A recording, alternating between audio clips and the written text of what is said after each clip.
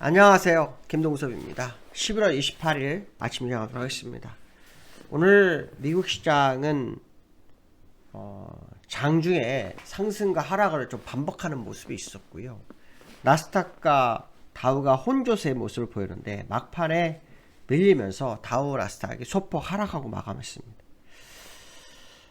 미국 시장 오늘 하락의 이유를 차익 실현 매물로 해석을 많이 하고 있는데요.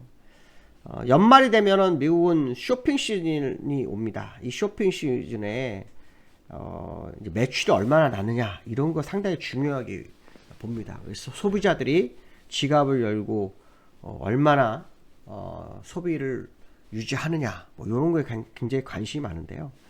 추수감사절 다음 날에 열리는 블랙 프라이데이하고 그 다음 주에 열리는 사이버 먼데이가 굉장히 중요한데요. 일단 매출은 사상 최대치를 기록했다고 합니다. 그런데 주가는 오르지 못하는 그런 상황이 됐고요. 주가는 내렸습니다. 시장에서 금리 종결 가능성 뭐 이런 게 이제 굉장히 컸었는데 요즘은 이제 그 재료가 굉장히 좀 소강 상태가 된 모습이고요. 지금 현재 연준에서 금리 인상 가능성은 연말까지요 약 12% 정도에 불과하다고 합니다. 그러니까 이제 금리는 종결적으로 흘러가는 그런 분위기가 형성되고 있다. 뭐 이런 해석을 해봐야 될 것 같고요. 알리안츠 그룹의 고문으로 유명한 그 모하메드 엘 에리언이라는 사람이요. 시장이 낙관론이 너무 과도하다라는 얘기도 합니다. 이런 부분들은 결국 지금 시장에서 그냥 강한 부분에 대한 부분을 어필해주는 그런 상황이다라고 보시면 될 것 같고요. 그런 과정 속에서 시장 낙관론이 강한 속에서 뭐 골디락스 가능성도 얘기가 있습니다. 인플레이션이 낮아지고 성장률이 안정되게 되면 골디락스가 올 수도 있지 않을까 뭐 이런 얘기도 하는데요. 시장은 좀 더 지켜보면서 열어봐야 되겠죠. 지금 상황으로 보면은 굉장히 강한 모습이 있지만 나스닥은 저항대에 걸려서 더 이상 가지 못하는 그런 모습이 있거든요. 그래서 이런 모습을 본다 그러면 낙관론이 팽배한 상황이 아닐까 뭐 그런 해석 그 모하메드 엘 에리언의 발언이 맞을 수도 있다. 뭐 이런 해석을 한번 해봐야 될 것 같고요. 이번 주에는 어제도 말씀드렸지만 내일 모레 개인 소비 지출 발표가 있습니다.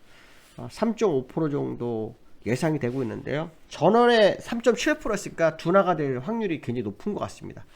만약에 지표가 둔화되게 되면은 금리 인하 기대감이 커질 수 있겠죠. 미국에서는 이때 금리 인상에 대한 부분이 아까 말씀드린 12% 정도밖에 되지 않은 상태에서 시장 자체적으로는 이제 금리 인하 쪽으로 기울었다고 해석을 굉장히 많이 하고 있어요. 그래서 상반기냐 하반기냐 이 얘기가 굉장히 많은데 상반기는 4월로 얘기 나오는 게 지금 47% 정도가 되고 있고요. 하반기 3분기 정도를 포인트를 맞추는 그런 과정이 있습니다. 그렇지만 제가 어저께도 야간에 공개 방송에도 마찬가지였고 어저께 아침 시황에도 말씀드렸지만 금리 인하하기 위해서는 연준이 명분을 가져야 되거든요. 명분은 다른 거 없어요. 주가가 하락하는 이슈 아니면 경기 침체를 나타내는 확실한 지표 이 두 가지가 있지 않고는 금리 인하는 어려워요. 시장이 아무리 원해도 연준은 지표에 따라서 움직일 확률이 굉장히 높습니다. 그래서 연준의 문제가 뭐냐면 예전에 2007년도에도 서브프라임 모기지 문제가 없다라고 해놓고 서브프라임 모기지가 문제 터지니까 그때부터 금리 인하를 했거든요. 이 얘기 무슨 말이냐면 연준은 선제 대응보다는 약간 이후에 대응하는 그런 경향이 있습니다. 그래서 사후 대응이 조금 있는 그런 부분이 있기 때문에 침체를 나타내는 시그널이 나와야 됩니다. 그렇다면 결론적으로 말하면 지금부터 내년 3, 4월 사이에는 주가가 빠지든 시장의 어떤 시그널 상으로는 굉장히 안 좋은 게 많이 나와야 될 거다라는 생각했을 때 아까 말씀드린 골디락스 생각하는 건 좀 아니지 않느냐 이런 해석도 해봐야 될 것 같고요. 알리안츠 고문이 말하는 모하메드 엘 에리언이 말하는 뭐 시장의 낙관론이 너무 과도하다 이게 어쩌면 포인트가 맞을 수도 있죠. 특히 요 근래 아시겠지만은 뭐 아마존의 CEO 같은 사람도 주식을 처분하고 있죠. 버핀도 지금 현금화를 최대화하고 있는 그런 상황이고 이런 모습을 본다면 경기 침체 우려에 대한 어떤 모습이 있을 수 있다. 뭐 이런 해석도 해봐야 될 것 같습니다. 자, 미국 시장은요 0.07% 하락, 그 다음에 다우는 0.16% 하락으로 마감했습니다. 이게 지금 그 종반에 가면서 바뀌었어요. 종반에 가면서 바뀐 모습인데요. 일단 월봉은 이제 양봉이지만 이 일봉으로는 음봉이죠. 장 초반에는 0.06% 상승을 했었고요. 그다음에 0.031%까지 빠졌다가 0.16% 정도로 마감합니다. 제가 기술적으로 여기가 굉장히 좀 이렇게 가지고 조정이 들어온다 이런 얘기 좀 했었는데 굉장히 뭐 타고 올라가는 모습이 좀 있었던 그런 상황이고요.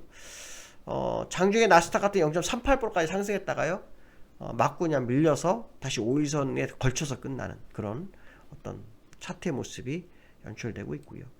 국채금리가 지금 여전히 잘 버티고 있어요.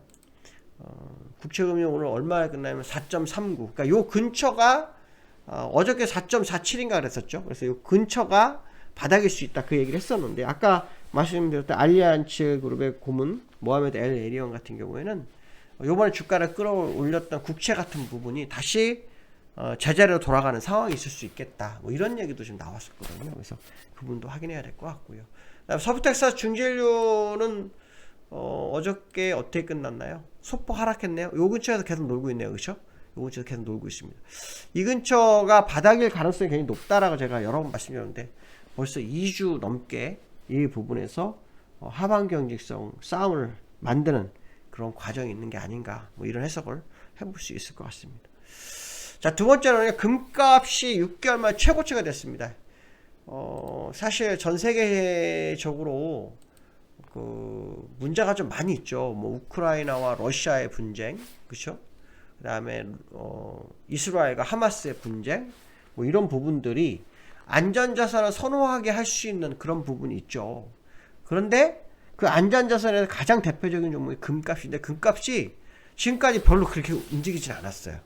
근데 지금 보시면 2,000불이 넘었어요. 온스당. 계속 1,900불에서 적게는 1,600불 오가던 것이 이제 2,000불이 됐어요. 근데 이게 요번 돌파될 거냐 말 거냐에 대한 부분이 중요하겠죠. 시장 일각에서는 내년도에 금값이 순풍을 달을 거다 뭐 이런 얘기를 하면서 최고점이었던 2,089불 돌파할 거다 이런 얘기를 하는데요. 지금 보시면은 월봉이거든요. 요 고점과 요 고점이 거의 일치하죠. 고점에서 저항받고 떨어졌는데 이게 세 번째 봉을 떨어지고 네 번째 통과 중이죠. 일반적으로 네 번째에서는 돌파할 확률이 굉장히 높습니다. 그러니까 2,080불을 넘어갈 확률이 굉장히 높지 않느냐. 안전자산이 선호가 될 확률이 높다.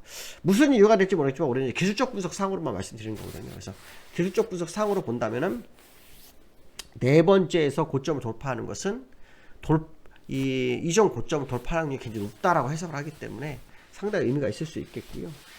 사실 금은 그 러시아와 중국 중앙은행이 좀 많이 매집을 했다고 하죠. 그러니까 이번에도 그들의 어떤 금에 대한 어떤 뉴스 매집을 얼마나 했다든가 뭐 이런 부분이 나온다 그러면 주가가 또 금값이 또 오를 수 있지 않을까 이런 해석을 한번 해볼 수 있을 것 같고요.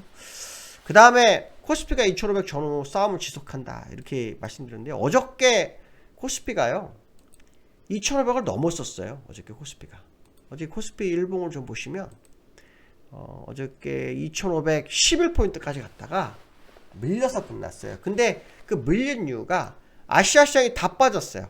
그나마 어저께 우리나라 시장은 버텼죠.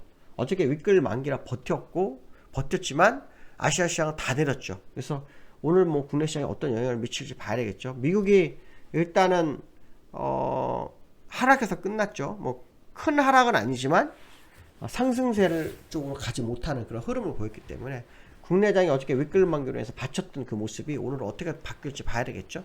어저께 수급적으로는 외국인이 본선물을 좀 많이 샀어요.